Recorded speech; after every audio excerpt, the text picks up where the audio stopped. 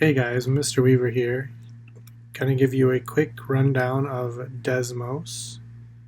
When you go to desmos.com, this is what pops up. Now, right at the top here it says Graphing Calculator. That's where you're gonna want to go. Click that. It will take you to a screen that looks like graph paper with a little toolbar that you can type in on the left-hand side.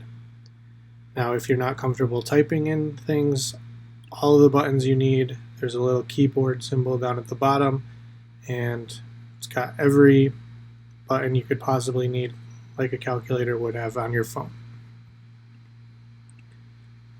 So, a couple things that I want you to be able to use with Desmos.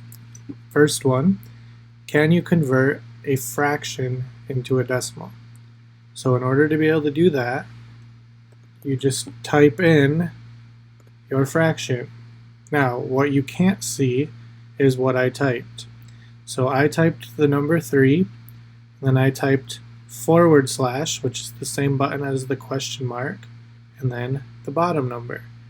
I didn't have to push enter. It just showed up as equals 0.75. I took my fraction, I converted it into a decimal. Now, let's say you have a decimal and you want to go back into a fraction. So I can type in my decimal. Over on the left side here, there's a little button. It's a circle and it has what looks like a fraction in it. If you click that, your answer shows up as the fraction. So 0.6 is the same as 3/5. Okay, so there's fractions, decimals, the fractions. All right, the next thing is going to be finding the value of a square root. So for the square root symbol, we're going to click on the little calculator symbol in the bottom, and then it is down here next to the ABC.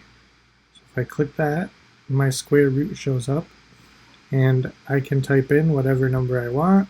So let's say a square root of 12 would come out to be 3.4641, etc. Okay, again, you do not need to hit enter. Let's say I want to put in a third root, or what's called a cube root.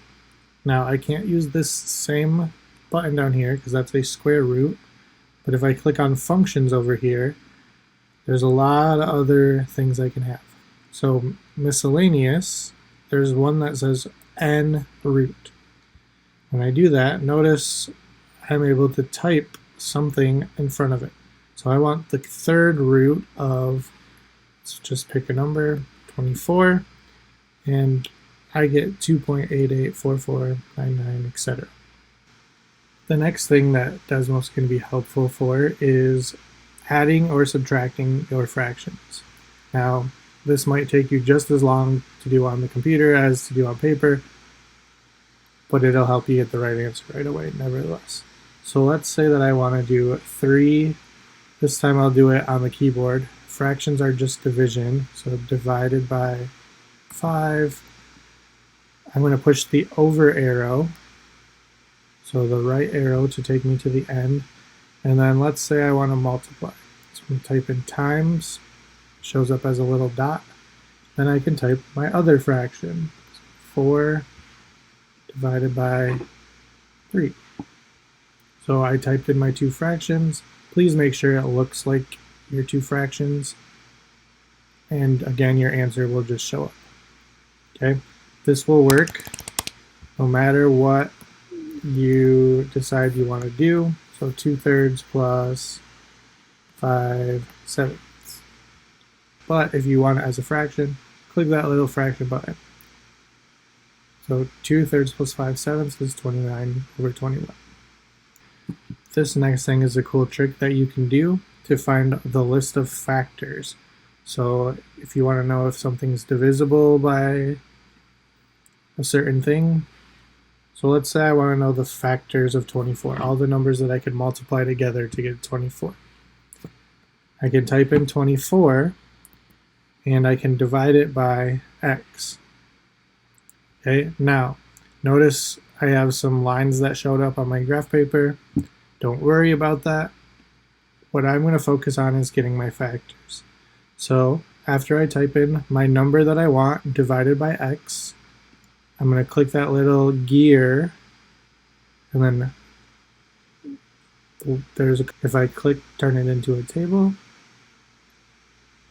it shows me all the things that I can multiply to get to 24. So -2 and -12, -1 and -24, 0. Okay, it says undefined because you're dividing by 0. If I want more values, I can click on the first thing and just hit enter. So if I'm going to click on the x value, hit enter, hit enter, hit enter. Then I can keep going until I find what I look for. Generally, you can stop once the numbers start repeating themselves. So for example, 3 was with 8, and down here 8 is with 3. Those are the same pair of numbers. The next couple of things are not necessarily about having Desmos be a calculator for you, but rather how to use this graph paper set.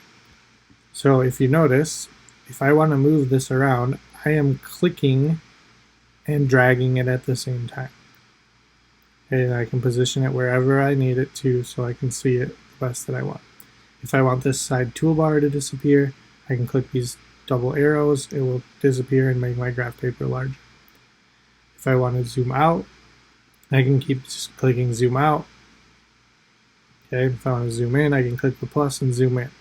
Now, why these are useful is you might type in something expecting there to be something showing up on the graph, and it doesn't look like it's there. So if you zoom out or use your zoom, it shows up. Okay, I can find where my function is. I can click on it, keep dragging and recentering, zoom back in so I can see it clear. Now, if we're done and want to reset, there's a home button over here that I can use. It will take me back to my normal. And if I want to see my function, what I typed in, I can click the arrows and it will show it again. Hopefully you were able to know a little bit more about Desmos here. It will be a very useful tool in getting through and solving some of our problems in this first chapters.